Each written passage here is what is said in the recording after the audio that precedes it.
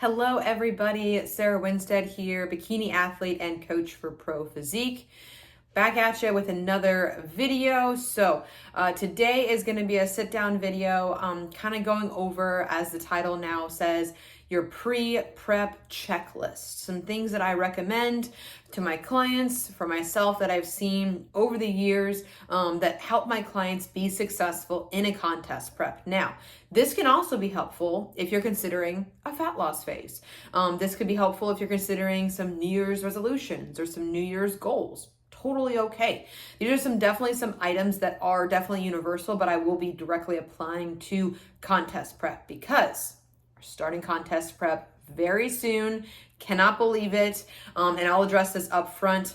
I do not recommend doing contest prep over the holidays, especially if you're a first timer, especially if this is your first foray into the bikini competition world. I don't recommend it. Why?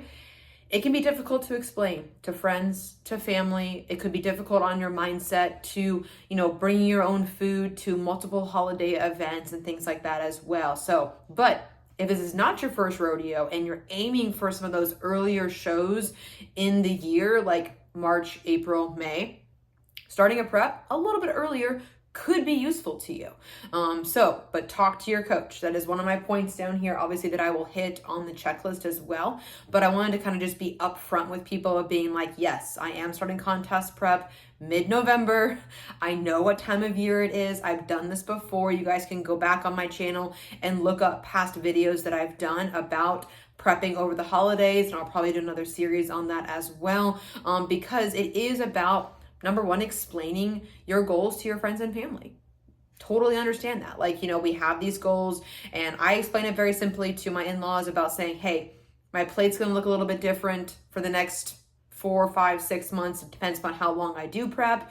I'm still going to be here. I'm still going to be coming to family events. I'm still going to be social, still going to be going out and doing things and not shutting myself away. That's the worst thing you can do in contest prep, because then your friends and your family only associate contest prep with this negative you, or this you that is not social, is not happy, is not fun, and stuff like that as well. You can still be happy, social, and fun in prep. It's a choice. And that is one of my biggest points here for the pre-prep checklist, is realizing that prep is a choice. Dieting is a choice. Fat loss is a choice. No one's holding a gun to your head and saying you have to get on stage. We're all choosing to do this, and we're choosing, honestly, too, kind of the time of year and when prep does happen. And so there is no perfect time to start prep. Obviously, I'm starting it middle of the holidays, but there is no perfect time, because life is going to go on, and realizing that, understanding that, and being okay when that kind of stuff does happen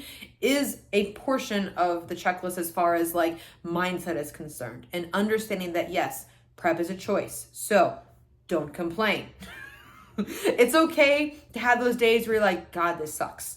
Understandable. Trust me, I have those days myself in prep, but it's not going to be taking over my day or taking over my life for more than a couple of minutes. I sometimes will give myself a timer on my phone, like a 2-minute pity party, okay? Where, God, I'm so fucking tired. God, I'm so fucking hungry. God, this fucking sucks.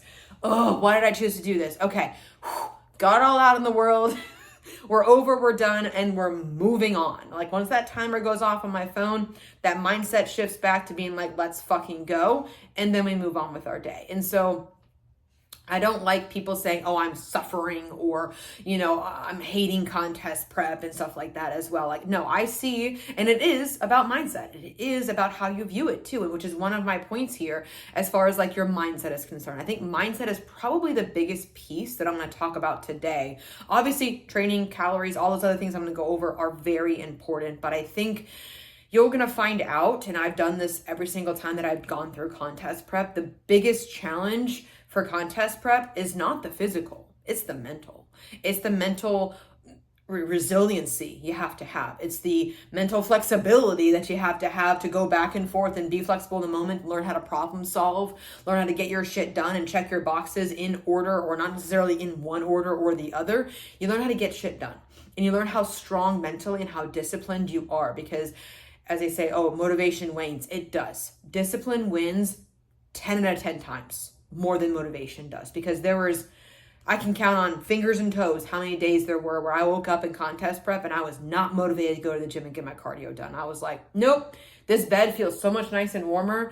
And then you beat the lazy and you go to the gym and you get it done. Why? Because you've got a goal, and that goal for you internally and mentally is stronger than any sort of like extra sleep or any sort of, skipping something could be and could mean to you. And so that mindset piece is huge, and having and making sure that you do have your brain in a mostly positive place. Again, there is going to be no perfect concoction of when to start prep. You're going to be struggling with your mindset. Trust me. Again, I do the same thing as well. This is why prep is a challenge for me mentally, sometimes even more than physically. Obviously, yes, it is a draining process. Our leanest self, our stage lean self, is not our most vibrant self. You're going to see me not doing this a bunch. I have tons of energy right now. I just drank a cup of coffee and it's like I have tons of energy right now because I have a lot of food in my system. I'm going to talk about that. Like, this goes down. Your non-exercise activity, you're fidgeting. I call it team statue. When you're literally like sitting there and you're like motionless, and that's what it is. And it will get to the point where your body does get to that point where it's just like conserving a lot of things. And so because you are pushing it very, very hard to the brink of what it's capable of doing. And for me, I turn it on its head and being like, yes, let's fucking go. It's like, that's the mental piece for me because it lights my fire, and that's my second piece as far as like the mindset is concerned, is assessing your why and figuring out why you want to get up on stage. It needs to be more than a trophy, than a medal, than a placing. You cannot tie your why for getting up on a stage as saying, I want to win. No, you can't control that. It's a subjective sport. I did gymnastics for 7 years. Subjective sport. I did swimming for 10 years. Touch the wall, you fucking win. That's great. That's easy. But you can't control who shows up. You can't control the placings. You cannot control who the judges prefer. So getting in this sport to win is not a reason to compete. It can be a byproduct. Like, I'd like to place well. Sure. That's a goal of mine. I want to see how I stack up. I want to be in the mix. I want to be competitive. That's a great why. I love that. I want to get up there, be competitive, be an athlete, and see how it goes. Great why. Great reason for competing. And needs to be more than a trophy. Because you're going to lose a whole lot more than you win in this sport. And your win is beating your physique, is improving your stage package, is taking the judges' feedback, working on it, and coming back every single time better. That's the win. That's my own personal win. That's what I try to tell my clients. And that's what my clients embrace as their win. As far as like that's it. It's not a trophy. Would a trophy be nice? Yes, I have medals. Yes, I've won things. I've won on the national stage. Yes, that's totally great. But for me, the win is the fact that I've improved my package. I've improved my physique. Every time I've gotten up there, I've taken the feedback, and this is a sport of improvement. Okay? Bodybuilding really isn't over. Like, it's not over. You see these recap videos of these pros, they're getting feedback at the Olympia. Like, they got feedback. Laura Lee got feedback. Ashley got feedback. Jasmine, they have stuff they can work on. That's cool. It's never really done. It's only done when you hang up your shoes and retire. Great. That's totally fine. So, another piece of the mindset, and so I'm starting off with this, is food focus and assessing your relationship with food. Okay. Prep will bring up a lot of things that you may not realize are in your brain, especially when it comes to food. Okay, looking at food as fuel. It's fueling your body, fueling your workouts, fueling your goals. Great. There are fun foods, as you've heard me talk about before. I don't believe in cheat meals or cheat days or cheat foods. No, they're fun. Why? Because they're fun when we eat them. And having fun foods is fine. Totally okay. There's going to be a whole lot less of those in contest prep, but realizing that you're making these choices, again, prep is a choice, but you're making these choices about your foods for a reason, and that there is no real emotion tied to it. You have to take the emotion out of it because it's like, hit your macros, hit your protocols, but also I still enjoy my prep food.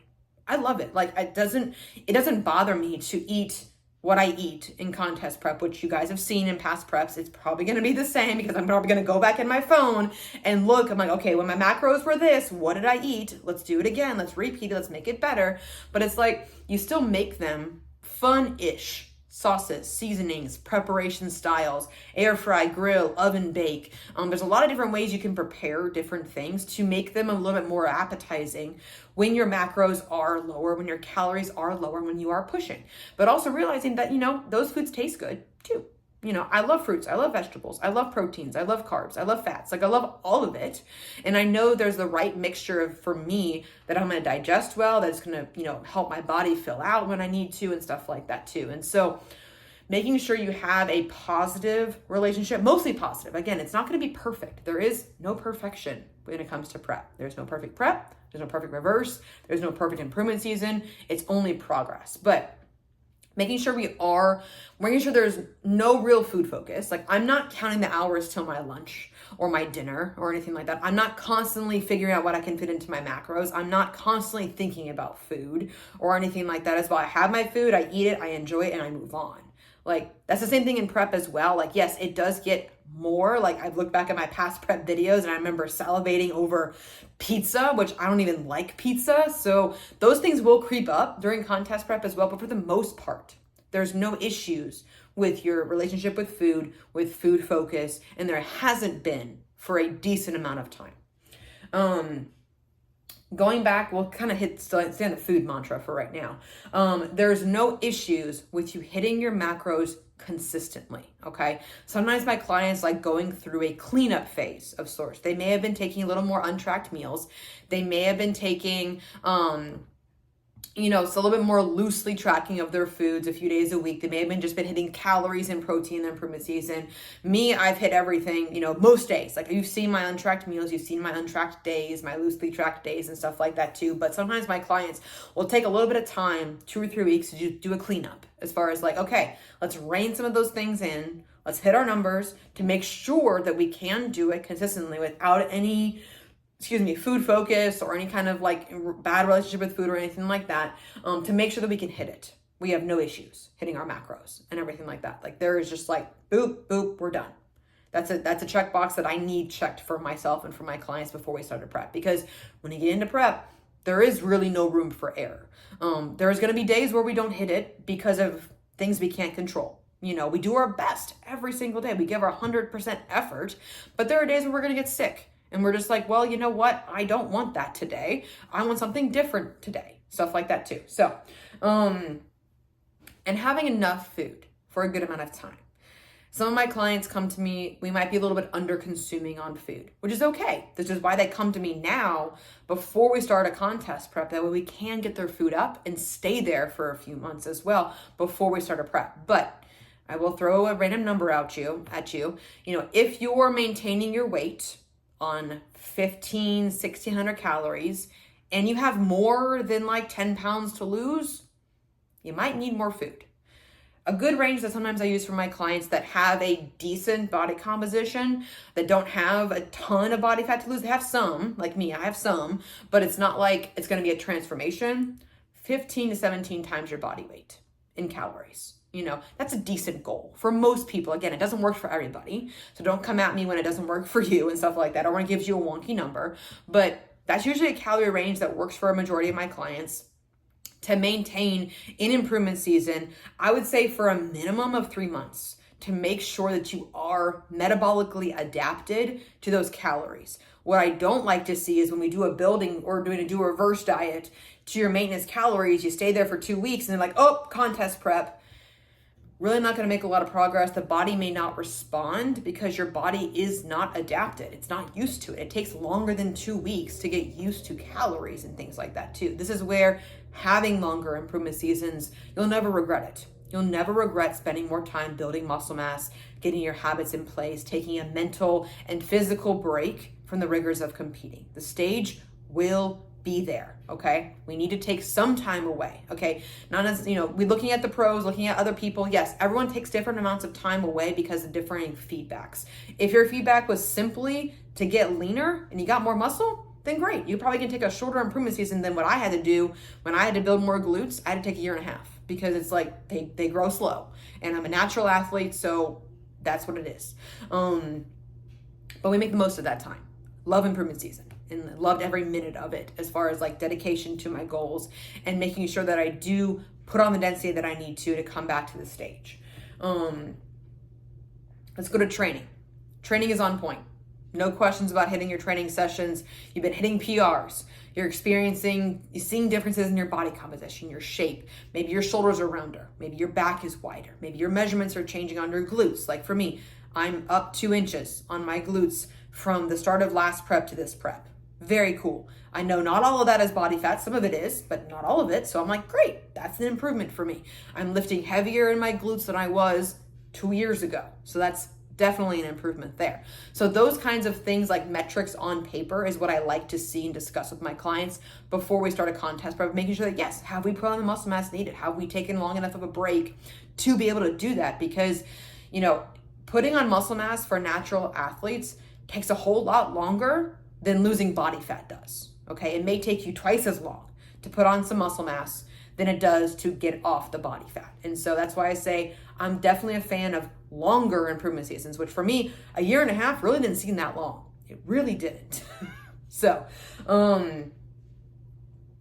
cardio is low enough to where we have tools in the toolbox. So Tommy talk about this a lot when it comes to contest prep, as far as like calories are high enough, cardio is low enough, not none, but some of my clients is none. Why? Because they're nurses or shift workers or restaurant workers, to where they get 6,000 to 10,000 steps every single day.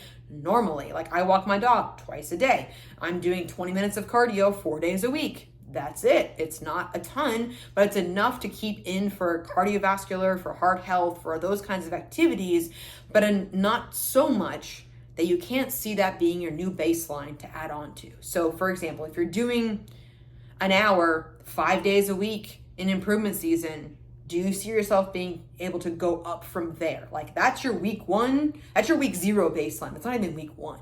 We may have to add to that in week 1. And so making sure that we do take down cardio to a realistic and sustainable level for you, that's important, because that's a tool in the toolbox to help us create the calorie deficit needed for contest prep. Calories and cardio, which also equates to calories too. Calories in, calories out.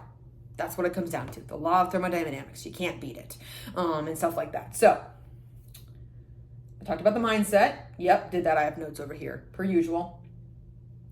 So also I had like a mini, kind of talked about this a little bit in the New York video, a mini like pre-prep food list of stuff that I wanted to enjoy or experiences I wanted to have before I started prep.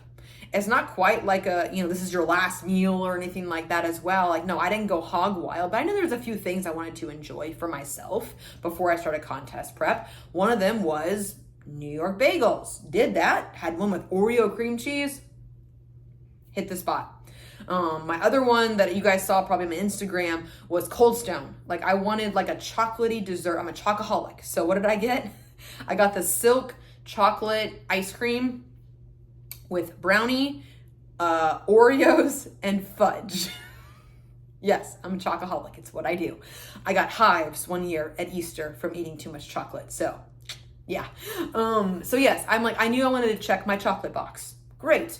And then we wanted to check off, like for myself and my husband, Daniel, like a date night or two. We did that in New York. We've done that a couple of times since, like having those date night experiences, as a couple of my clients have realized, like they do go down or look different in contest prep. It's not going to be the extravagant steakhouses like Daniel and I like to go to, and sharing those kinds of things and having a great night out and stuff like that as well. Those are definitely few and far between post-show. That's my favorite, in contest prep. And so I wanted to have those experiences with Daniel, because Daniel is supporting me through this contest prep. Like he's there every step of the way with me every single day. I know this is my choice. I understand that.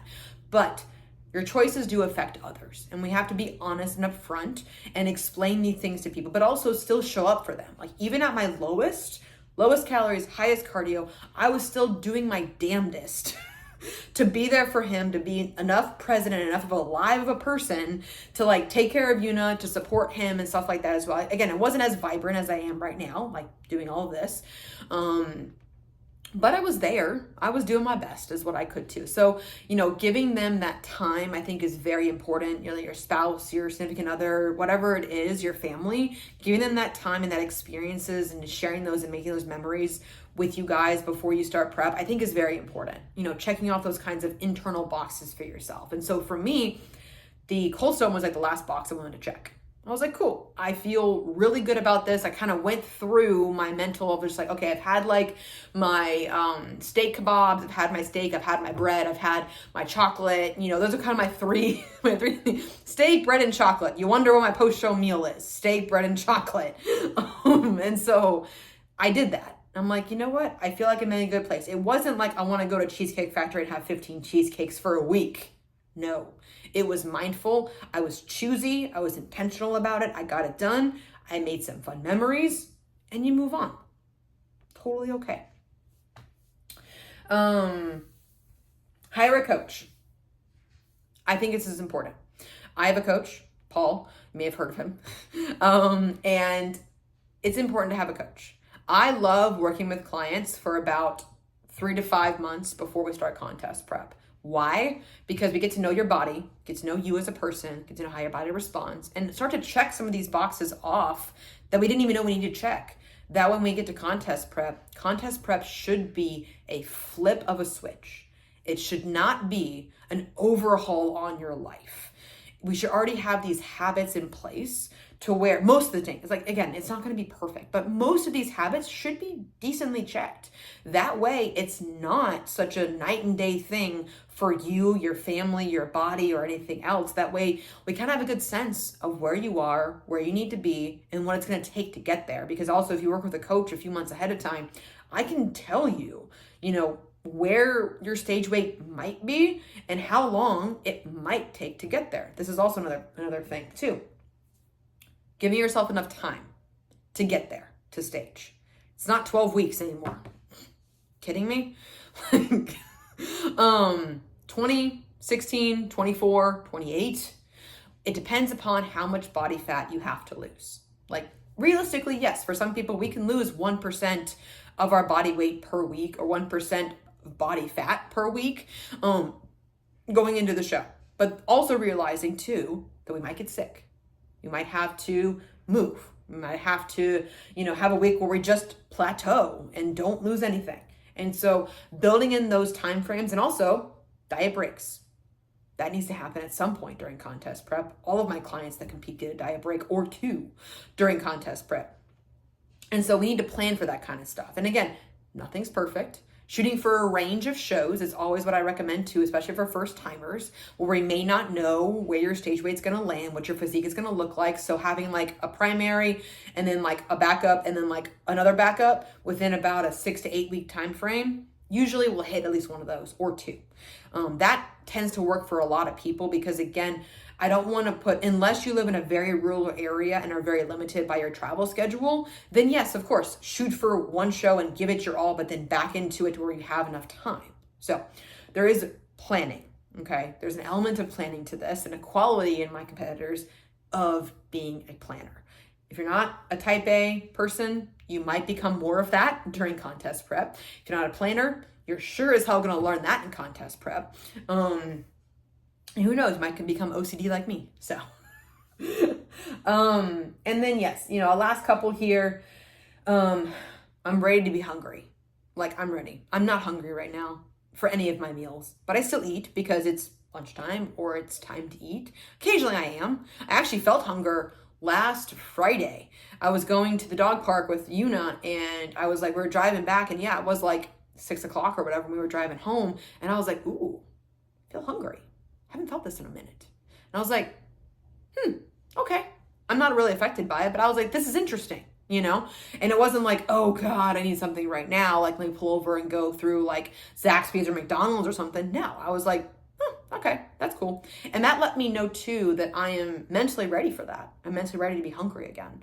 I'm mentally ready for that grind, because improvement season, it's been a grind, y'all. Like, put on the muscle, embracing the discomfort, embracing the mental challenges that come with improvement season, the flexibility, the mindset, the training, the intensity, the time, the patience, because that's one of my words also this year is patience. but I'm ready to be hungry. And also I'm looking at my current foods that I'm eating too. And I did a full day of eating a few weeks ago. I can see where I'm like, I can modify things and it doesn't really affect me mentally. I'm like, I could take some rice out, put some romaine lettuce in. I'm good. I'm like, okay, this is cool. Like, it's like not triggering for me. And so I think a year ago when I was 6 months post show, yeah, probably would have been a little bit triggering for me to go into a prep too quickly and things like that as well. So that's how you know. But again, everyone's different with how long they take.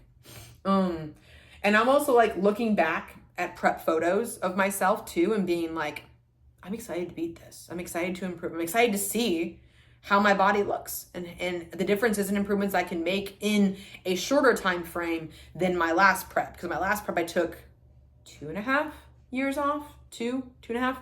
And so this is a little bit different, a little bit less. But again, my feedback was only more glutes. I've just maintained my upper body density. I've maintained what I have up here, but I've added, like I said, 2 inches to my glutes.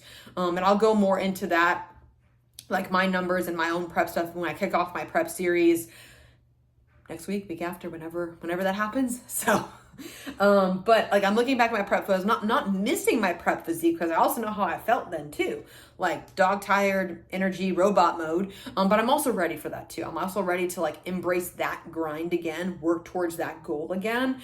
And I'm ready to improve upon the photos that I see, the physique that I see and things like that. I'm really excited about it too. And that leads me into my last point as far as like goal setting. Making sure that you do have solid goals. It kind of relates to your why, kind of connected a little bit as far as like, you know, again, the goal cannot be to win. My goal is not, I'm going to say this out loud for the rest of the world to hear. My goal is not to win my pro card. Okay. I am not hashtag road to pro. Fuck that shit. Would it be great? Yes. Can I control it? No. I have zero control over that goal. What I can say and what I can set as my goal is I want to improve my stage package from 2022. It's my goal. It's my goal. Like it's great. It's a great goal. That should be one of your goals, you know. I want to improve. I want to be competitive. I want to get up there and be in the mix and be in the conversation and bring a package that represents bikini and fits the division well and improve upon my past physique. That's it. See how I stack up, challenge myself, push myself, and you know, end whatever the season is, wherever I end up, with some gratitude as well. As far as like being grateful for the fact that I even get to do this. Like, again, prep is a choice. We get to do these kinds of things. We are, you know, financially and mentally and physically in a great place where we can do this. So doing this from a point of gratitude as well, as far as like, I am grateful for everything that my body can do. Like I'm 37 years old. And it's just like, I know, you know, that I am like, you know, I'm approaching my 40s, like, and stuff like that too. But hey, Masters girls, fucking thriving up there.